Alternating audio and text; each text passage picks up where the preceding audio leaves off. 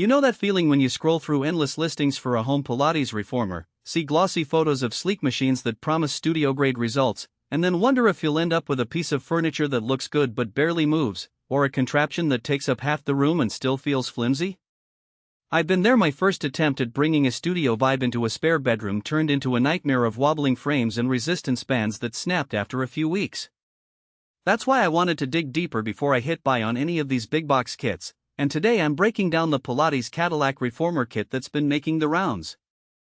Link is in the description if you want to check the product details on Amazon.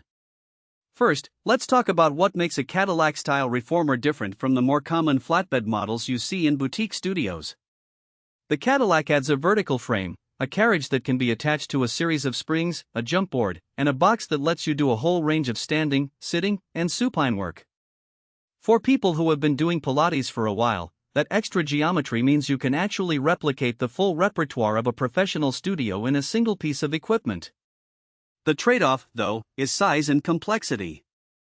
You need a decent amount of floor space, think at least 10 by 12 feet, and a ceiling that can accommodate the top bar, which can be a deal-breaker for apartments or low-ceiling basements. When the box arrived, the first thing I noticed was the weight. The frame is built from solid maple with a microfiber leather finish, so it feels dense enough that it doesn't wobble when you load it with the heaviest springs. That's a real plus if you plan to push yourself with high resistance. However, it also means you need at least 2 people to get it upright without risking scratches or dents. The assembly instructions are fairly detailed, but they assume a basic familiarity with tools and a clear space to lay out the parts. If you're a DI enthusiast, you'll appreciate the straightforward bolt-on design. If you're not, set aside a couple of hours and maybe call a friend for help. Once it's up, the day-to-day experience is surprisingly smooth. The carriage glides on a set of stainless steel rollers that run inside a polished aluminum track. In my tests, the motion stayed quiet and fluid even after an hour of continuous use, which is something you don't always get from cheaper models that rely on plastic wheels. The resistance is adjusted with a series of spring bundles that you can add or remove by sliding them onto the carriage's hook system. Because the springs are pretensioned, you can quickly dial in a lighter setting for rehab work or crank it up for a power-focused routine without hunting for separate resistance bands. The kit also includes a jump board and an adjustable reformer box, expanding the workout possibilities beyond the classic footwork and long stretch series. I used the jump board for a low-impact cardio interval, and the spring-loaded platform gave enough bounce to get my heart rate up without feeling like I was on a trampoline. The box, which can be set to several heights, turned a simple leg press into a more challenging single-leg squat with the carriage providing support.